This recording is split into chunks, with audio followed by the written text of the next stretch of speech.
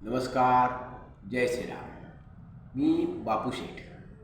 मंडळी, महाराष्ट्रामध्ये सध्या विधानसभा निवडणुकींचा प्रचार जोरदार सुरू आहे. सर्वच पक्षांमध्ये आम्ही जनतेला अमुक फुकट देऊ, तमुक फुकट देऊ, हे देऊ, ते देऊ, आम्हाला सत्तेवर फक्त तुम्ही आणा, सत्तेवर जर आम्ही आलो तर आम्ही तुम्हाला अमुक फुकट देणार, तमुक फुकट देणार, ही योजना आणू, ती योजना आणू, अशी स्पर्धा लागलेली आहे. म्हणजे फुकट देण्याची, मोफत देण्याची सर्व राजकीय पक्षांमध्ये आणि राज्यकर्त्यांमध्ये आणि राजकीय नेत्यांमध्ये, राजकारण्यांमध्ये ही स्पर्धा लागलेली आहे. परंतु अशी स्पर्धा लागलेली असताना, म्हणजे जनतेला फुकट देण्याची स्पर्धा लागलेली असताना ह्यामध्ये एक कुणीतरी शहाणा जाणता नेता पुढे येतो आणि तो यांच्यापेक्षा एक वेगळं काहीतरी बोलतो की आम्ही सत्तेवर आलो तर आम्ही जनतेला काही फुकट देणार नाही, उलट पक्षी हाताला काम देऊ. मंडळी, हे साधारण धाडस नव्हे, सामान्य धाडस नव्हे.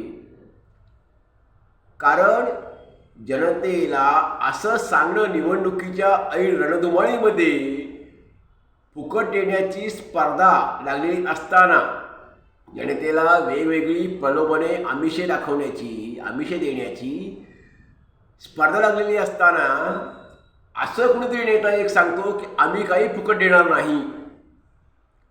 एवढं धाडस, एवढं साहस, एवढा सडेतोडपणा, एवढा परखडपणा जर कुणामध्ये असू शकेल तर तो राज ठाकरे यांच्यामध्येच आहे आणि त्यांनी तो दाखवून दिला आहे. त्याबद्दल राज ठाकरे यांचं मनपूर्वक अभिनंदन. राज ठाकरे यांनी एका प्रचारसभेत बोलताना नुकतंच एक विधान केलं की आम्ही सत्तेवर आलो तर काही फुकट देणार नाही, उलट पक्षी जनतेच्या हाताला काम देऊ. खरोखरच राज ठाकरेंचं कौतुक करावं तेवढं थोडं आहे.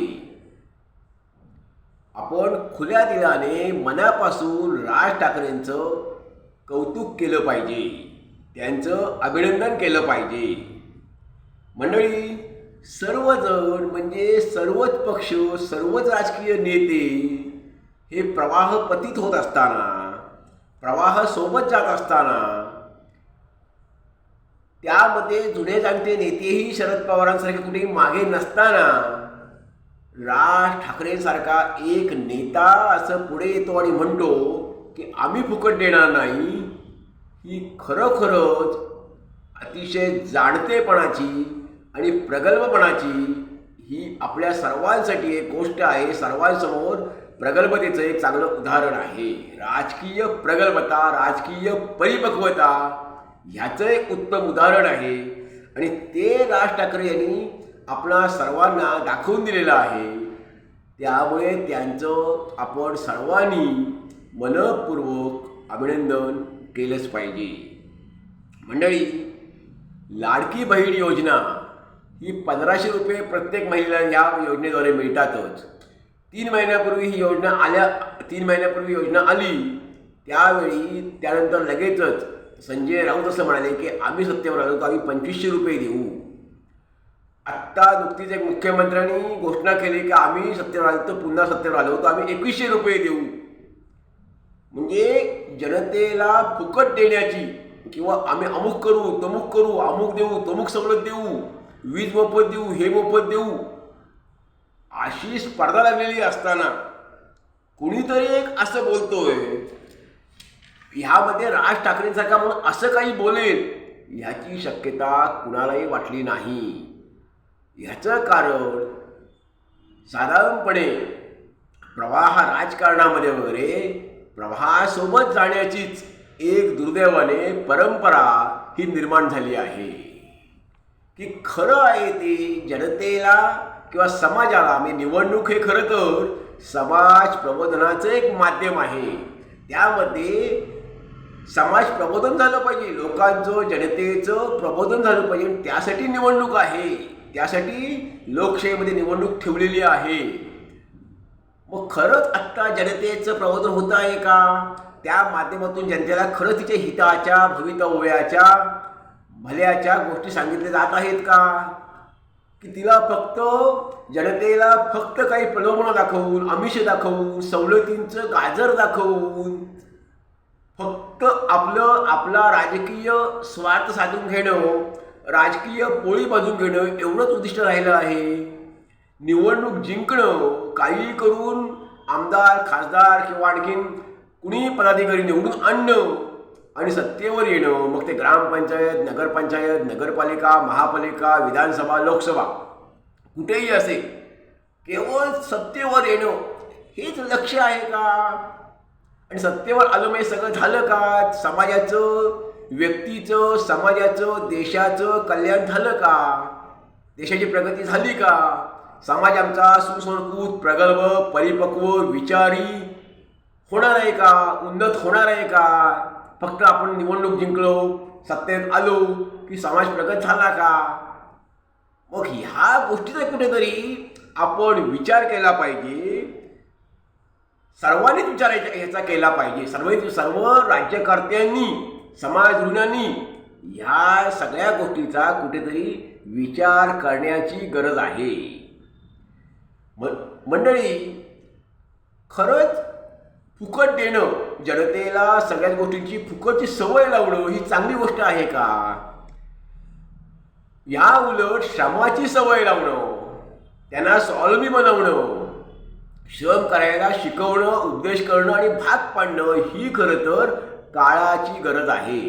आणि तेच आमच्या संस्काराचं, प्रगतीचं, उन्नतीचं लक्षण असेल. मंडळी, श्रमाच्या संस्कृतीचं महत्त्व, श्रमाच्या भाकरीचं महत्त्व हे भगवद्गीतेने गायलेलं आहेच. परंतु भगवद्गीतेसोबत सर्वच धार्मिक ग्रंथांनी आणि सर्वच महापुरुषांनी श्रमाच्या भाकरीचं महत्त्व, श्रमसंस्कृतीचं महत्त्व हे सांगितलेलं आहे. मग ते आपण आचरणात किती आणतो आणि आचरणात आणणार कधी? की ते फक्त पुस्तकात ठेवायचं आहे आपल्याला, आपल्या महापुरुषांपुरतंच ठेवायचं आहे? महापुरुषांनी सांगितलेले जे उपदेश आहेत ते काही आचरणात आणायचेच नाहीत का? ते फक्त त्या पुस्तकातच ठेवायचे का? की महापुरुषांच्या जयंत्या किंवा त्यांच्या फक्त फोटोला हार आणि त्यांचं स्मरण, त्यांच्या जन्मदिनी, पवित्र जन्मदिनी आणि त्यांच्या पुण्यतिथी दिवशीच करायचं का? मग त्यांनी दिलेला उपदेश कधी पाळायचा आपण? मंडळी, या फुकटच्या सवयीने, फुकट देण्याच्या सवयीने, फुकट देणं आणि कुणाची फुकट घेणं, फुकट खाणं, हा समाजावरचा एक वाईट संस्कार आहे, वाईट सवय आहे. आणि ह्याने मनुष्य आणि समाज आळशी, परावलंबी आणि निष्क्रिय बनतो. तो कायमच दुसऱ्यावर विसंबून राहतो, दुसऱ्यावर अवलंबून राहतो. तो श्रम करायचं विसरूनच जातो, कष्ट करायचे माणूस विसरून जातो, आपले हातपाय हलवायला, कष्ट करायला तो मनुष्य विसरून जातो, त्याची सवयच राहत नाही. आणि ह्या गोष्टीचे आपल्या समाजावर दीर्घकाळ परिणाम होतात. ते एका पिढीवर नव्हे, एका पिढीपासून ते दुसऱ्या पिढीवर, दुसऱ्या पिढीवर, तिसऱ्या पिढीवर ते परिणाम होणार आहे. फुकटचं हे देण्याचे, फुकटचे खाण्याचे.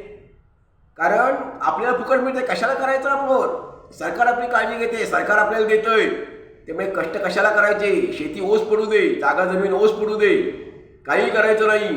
महिन्याला आपल्याला अमुक पैसे मिळतील, तांदूळ फुकट मिळतील, धान्य फुकट मिळेल. अशाने काय होणार आहे? काय साध्य होणार आहे?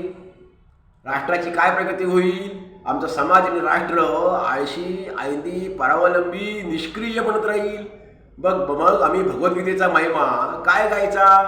आणि आम्ही भारतीयांनीच जर आमच्या भगवद्गीतेचा आदर्श घ्यायचा नाही तर जगाने भगवद्गीतेचा आदर्श घ्यावा, हे आम्ही अपेक्षा काय बाळगावी? मंडळी, ह्या गोष्टीचे परिणाम आपल्याला खरंच दीर्घकाळ भोगावे लागू शकतात. त्यामुळे ह्याचा समाजावर जो परिणाम होतोय, म्हणूनच म्हातारी मेल्याचं दुःख नसतं तर काळ सुखावतो. समाजावर याचा वाईट संस्कार पडणार आहे. मंडळी, त्यामुळे काहीही म्हणा, राज ठाकरे हा हिम्मतबाज आणि धैर्यवान माणूस आहे, हे मात्र आपण मान्य करावंच लागेल. खरं बोलण्याचं, स्पष्ट बोलण्याचं, सडेतोड बोलण्याचं सामर्थ्य या माणसाच्या अंगी आहे, हे नक्कीच आहे. आणि हे असं बोलण्याचं धाडस आणि सामर्थ्य आणि ऐन निवडणुकीच्या रणधुमाळीत की याचे परिणाम कदाचित चांगले होणार नाहीत, कारण इतर सर्व पक्ष फुकट देण्याचं प्रलोभन आमिषाने घोषणा देत असताना, प्रलोभन दाखवत असताना आपण असं बोलतोय, म्हणजे आपल्या जनता कशी मत देईल की ते म्हणतात आम्ही फुकट देऊ नये, हे म्हणतात आम्ही फुकट काही देणार नाही. याचा परिणाम काय होईल याची तमा न बाळगता हे धाडस करण्याचं सामर्थ्य फक्त राज ठाकरे व्यक्तीच हे सामर्थ्य अंगी बाळगू शकते, हे मात्र यातून दिसून आलेलं आहे. आणि याबाबत कुणाचंही दुमत असण्याचं कारण नाही. जनतेचा अनुनय करणं, गोड बोलणं, अनुनय करून गोड बोलून केवळ आपलं राजकीय हित साधून घेणं हा एकमेव उद्योग हा सध्या राजकारणाच्या माध्यमातून सुरू असतो आणि सुरू आहे. ही अर्थात फार दुर्दैवाची गोष्ट आहे. त्यामुळे माणूस खरं बोलायला, स्पष्ट व चांगलं सडेतोड बोलायला माणूस घाबरतो. ह्याचं कारण त्यामध्ये खरं तर खरं बोललं, स्पष्ट मत नोंदवलं तर जनतेचं त्यात हित असतं, जनतेचं भलं असतं, तो जनतेसाठी चांगला उपदेश, चांगला संदेश असतो. पण माणूस घाबरतो, म्हणजे राजकारणी नेता असं खरं बोलायला घाबरत असतो. ह्याचं कारण असं की त्याला माहिती आहे इतर पक्षांमध्ये, इतर नेत्यांमध्ये स्पर्धा लागलेली आहे, वेगवेगळ्या घोषणा करण्याची, वेगवेगळे प्रलोभनं दाखवण्याची. आणि मी जर दाखवलं नाही प्रलोभन, मी जर काही केलं नाही, मी एखादं वेगळं मत मांडलं ह्याच्यामध्ये, तर माझ्या पक्षावर, माझ्या मतांवर ह्याचा काय परिणाम होईल? जनतेचं माझ्यावर प्रेम राहील का? माझ्या पक्षाला मला मतं मिळतील का जनतेची, की जनतेच्या रोषाला मला सामोरं जावं लागेल? त्यामुळे एखाद्या राजकारणी त्याला कितीही वाटलं तरी असं स्पष्ट एवढं मत, परखडपणे मत तो मांडत नाही. परंतु राज ठाकरेंनी मात्र हे मत मांडलं. जनतेचा सतत अनुनय करणं, गोड बोलणं, प्रसिद्धी व मतांसाठी, केवळ राजकीय फायद्यासाठी सवंग घोषणा करणं, जनतेला खोटी आश्वासनं देणं, भूलथापा देणं, फुकटच्या वस्तूंची सवय लावणं आणि ह्या गोष्टी करून आपला राजकीय क्षणिक, तात्कालिक स्वार्थ साधणं, ह्या गोष्टीमुळे खरं तर आपल्या समाजाचं, राष्ट्राचं नुकसानच होणार आहे. दीर्घकाळासाठी या गोष्टी राष्ट्रासाठी, समाजाच्या उन्नतीसाठी घातकच आहेत. आणि जसं गोड बोलणं हे चांगलं, तसं काही वेळा कडू बोलणं, कटुसत्य बोलणं ही समाजासाठी चांगलंच असतं. परंतु कडू बोलण्याचं धाडस की ज्या जनतेचं हित आहे असं कडू बोलणं, कटुसत्य बोलणं, कारण सत्य कधी कटू असतं, हे धाडस फार कमी लोक दाखवत असतात. त्यामुळे जनतेचं खरं हित कशामध्ये आहे? त्यांना केवळ आपल्या राजकीय स्वार्थासाठी सारं काही फुकट देऊन परावलंबी, निष्क्रिय आणि आळशी बनवायचं का? की त्यांच्या हाताला काम देऊन, त्यांना रोजगार देऊन, त्यांना कायमस्वरूपी स्वावलंबी बनवायचं, ह्याचा विचार कुठेतरी सर्वच राज्यकर्त्यांनी, समाजधोरणांनी, सर्वांनीच करण्याची गरज आहे. मंडळी, ह्यावर सर्वांनीच विचार करण्याची गरज आहे. हा विचार राज ठाकरेंनी गांभीर्यपूर्वक केला, ही एक अत्यंत चांगली गोष्ट आहे. हा एक चांगला शुभ संकेत आहे आणि आपल्या राष्ट्राच्या, समाजाच्या सामाजिक आरोग्यासाठी ही एक अतिशय चांगली गोष्ट आहे.